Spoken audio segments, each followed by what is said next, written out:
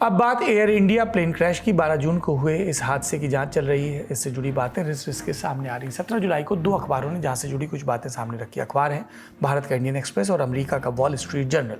Back story हमें पता है। AIB की शुरुआती रिपोर्ट में मालूम चला कि टेक ऑफ के 3 सेकंड बाद दोनों इंजनों के फ्यूल कंट्रोल स्विच रन से कट ऑफ मोड में चले गए थे, जिससे फ्यूल की सप्लाई रुक गई। रिपोर्ट में सामने आया कि कॉकपिट वॉइस रिकॉर्डर में एक पायलट ने दूसरे से पूछा कट ऑफ क्यों किया, और जवाब मिला मैंने नहीं किया। AIB की रिपोर्ट से ये नहीं स्पष्ट था कि किस पायलट ने क्या कहा। वॉल स्ट्रीट जर्नल में एक रिपोर्ट छपी। इस सवाल का जवाब मिलने का दावा किया गया। कहा गया कि अमेरिकी अधिकारियों के हवाले से कि fuel control switch captain Sumit Sabharwal ने बंद किया था। रिपोर्ट के मुताबिक फर्स्ट ऑफिसर क्लाइव कुंदर विमान उड़ा रहे थे और कैप्टन सब्बरवाल निगरानी कर रहे थे। क्लाइव विमान उड़ाने में बिजी थे और सब्बरवाल के पास स्विच को टच करने का मौका था। टेक ऑफ के बाद जब स्विच कट ऑफ की स्थिति में आ गया तो क्लाइव घबरा गए, जबकि सब्बरवाल शांत थे। यही क्लाइव ने सब्बरवाल से कट ऑफ क्यों किया पूछा।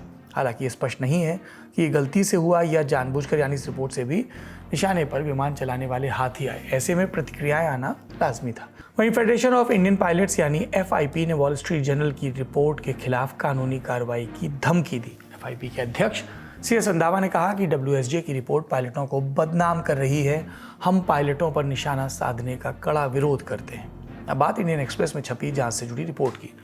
इससे जो तथ्य सामने आए हैं वो वॉल स्ट्रीट जर्नल की रिपोर्ट से काफ़ी अलग है। ये रिपोर्ट जांच में जुटे लोगों के हवाले से आई है। प्लेन के इलेक्ट्रिकल और सॉफ्टवेयर सिस्टम में खराबी की जांच की बात करती है। बताया कि अब इस पहलू की गहराई से जांच की जा रही कि प्लेन में संभवतः कुछ अनकमांडेड एक्शन हुआ हो, यानी कि किसी तकनीकी गड़बड़ी के कारण प्लेन में कोई एक्शन खुद ही हुआ हो, कुछ ऐसा जिस पर पायलट का कंट्रोल ना रहा हो। प्लेन लंदन के लिए उड़ा था।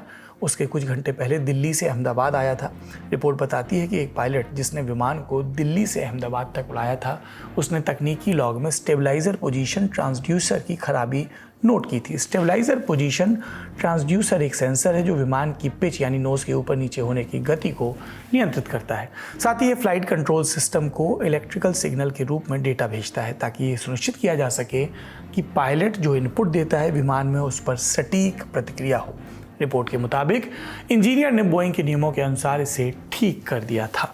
रिपोर्ट में कुछ पिछली समस्याओं का भी जिक्र है। मसलन दिसंबर 2024 में इसी विमान में इलेक्ट्रिकल खराबी के कारण उड़ान रद्द हुई थी। साल 2015 में कैबिन एयर कंप्रेशर में खराबी के कारण इमरजेंसी लैंडिंग हुई थी। इसके अलावा पिछले 3 हफ्तों में 2 बार सिस्टम ने गलत अलार्म दिखाए थे, जिसमें एक बार फ्यूल सिस्टम की चेतावनी भी थी। हालांकि बाद में ये फर्जी निकला, गलत निकला। जांच इस बात की भी हो रही है कि क्या FADEC यानी प्लेन के डिजिटल इंजन कंट्रोल सिस्टम ने गलत कमांड भेजा, जिससे स्विच अपने आप बंद हो गए। रिकॉर्ड्स दिखाते हैं कि पायलटों ने स्विच को फिर से चालू करने की कोशिश की, लेकिन कम ऊंचाई के कारण प्लेन को बचाया नहीं जा सका।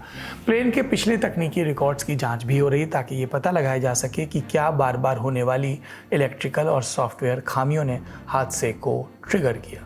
ये थी दोनों रिपोर्ट्स। हादसे की असली वजह वक्त के साथ सामने आएगी।